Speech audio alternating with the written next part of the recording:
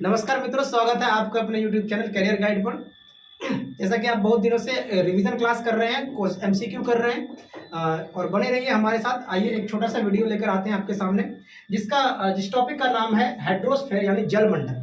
ये EVS और geography दोनों का टॉपिक है। क्लास 9th का EVS वाले टॉपिक में जलमंडल को पढ़ना था और ज्योग्राफी में भी इसको विस्तृत रूप से पढ़ेंगे।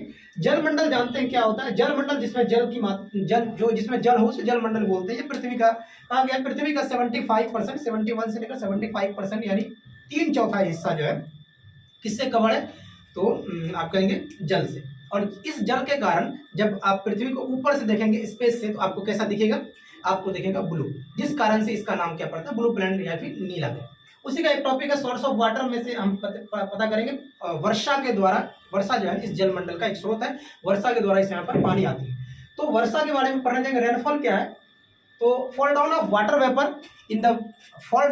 Vapour of the earth surface in the various type या फिर डिफरेंट टाइप, यानी जलवाष्प। वाटर वेपर मतलब जलवाष्प। जलवाष्प का पृथ्वी पर वाटर ड्रॉप्स के फॉर्म में अलग अलग तरीकों से गिरना क्या कहलाता है?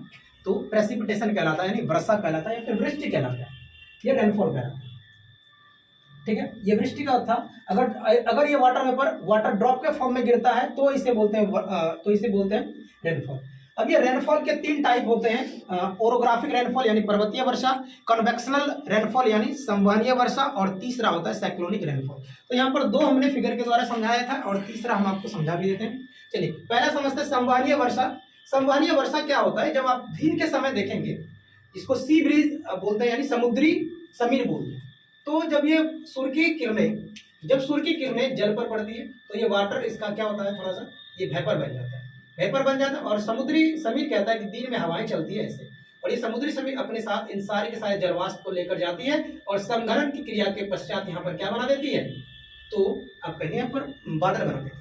और ये बादल फिर जब ये काफी लबालब हो जाता है, भर जाता है, एकदम टॉप पर हो जाता है, तब यहाँ से रेनफॉल हो जाता है, जो कि इस वर्षे को बोला जाता है संवहनीय वर्षा, है ना। जब धरातल पर समुद्री समीर चलती है तो वह अपने साथ जलवाष्प को लेकर जाती है तथा ऊपर संघनित होकर बादल बनाते हैं तथा वर्षा होती है। इस प्रकार की वर्षा को संवहनीय वर्षा कहते हैं। ठीक है, संवहन की क्रिया के कारण ही जल चक्र संभव है। अब आप देखेंगे हर एक ये कंटिन्यूअस होने लगता है। वर्षा आया, वर्षा फिर पानी बहकर यहाँ चला है, फिर वही क्रिया हुई, सूरज की रोशनी पड़ी, ये वाष्प बना, फिर से हवाएं चली, फिर से वर्षा। एक तरह का ये साइकिल आपको देखने को मिलेगा, जिसे हम लोग वाटर साइकिल के नाम से जानते हैं। आने वाले टॉपिक में हम लोग वाटर साइकिल के बारे में पढ़ेंगे। ठीक है, ये संवहनीय वर्षा था। दूसरा देखते हैं ओरोग्राफिक रेनफॉल यानी पर्वतीय वर्षा। नाम से स्पष्ट है, पर्वत के सहारे से हुई वर्षा को क्या बोलेंगे? ओरोग्राफिक रेनफॉल यानी पर्वतीय वर्षा। इसमें क्या है? पर्वत के साथ होता है घाटी। अब सूर्य की किरणें यहाँ भी पड़ी, घाटी से भी हवाएं निकलेंगी, और ये दिन के समय यहाँ पर टेम्परेचर क्या हो जाता है? टेम्परेचर लो हो जाता है। और यहाँ जाहिर सी बात, अगर टेम्परेचर यहाँ भी पड़ रहा है तो यहाँ का टेम्परेचर क्या होगा? हाई होगा, हाई टेम्परेचर। तो प्रेशर कैसा हो जाएगा? लो, प्रेशर लो। और यहाँ पर सूर्य की किरणें काफी अंदर तक यानी काफी नीचे में है, रोशनी नीचे तक जाएगा। यहाँ का टेम्परेचर कैसा हो जाएगा? यहाँ का टेम्परेचर लो हो जाएगा और प्रेशर कैसा हो जाएगा? हाई। आप जानते हैं विंड जो फ्लो करती है हाई प्रेशर से लो प्रेशर। अब ये विंड ऊपर की ओर बहना शुरू करेगी पर्वत के साथ, और ये थोड़ा सा कर्व होकर वर्षा बना ले, ये क्लाउड बना लेगी इधर, और यहाँ से वर्षा कराती है। क्लाउड बनी और वर्षा हुई। और आप ध्यान से देखेंगे पर्वत के एक ही साइड वर्षा होती है, दूसरी साइड वर्षा नहीं होती है।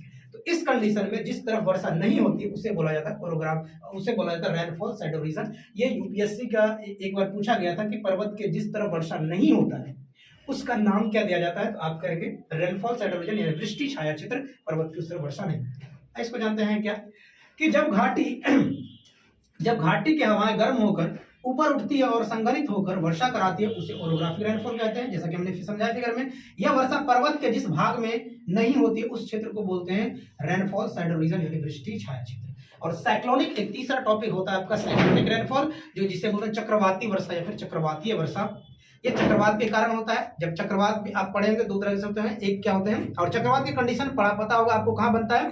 तो 60 डिग्री नॉर्थ साउथ में बनता है। 60 डिग्री में आप देखेंगे कि यहाँ से पछुआ पवन ऊपर की ओर, जबकि ध्रुवीय पवन नीचे की ओर। अब दोनों ही दोस्त एक दूसरे का डायरेक्शन क्या होता है? अपोजिट होता है, जिनके कारण वहां पर साइक्लोन की स्थिति बनती है 60 डिग्री नॉर्थ पर, 60 डिग्री नॉर्थ अक्षांश पर बनती है साइक्लोनिक साइक्लोन।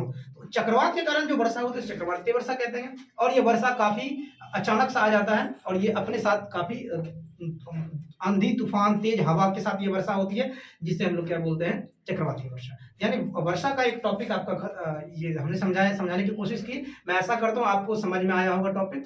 अगर इस टॉपिक से रिलेटेड कोई बात है तो आप कमेंट कर सकते हैं। अगर किसी स्पेशल टॉपिक पर भी आपको वीडियो चाहिए तो आप बिल्कुल कमेंट कर सकते हैं।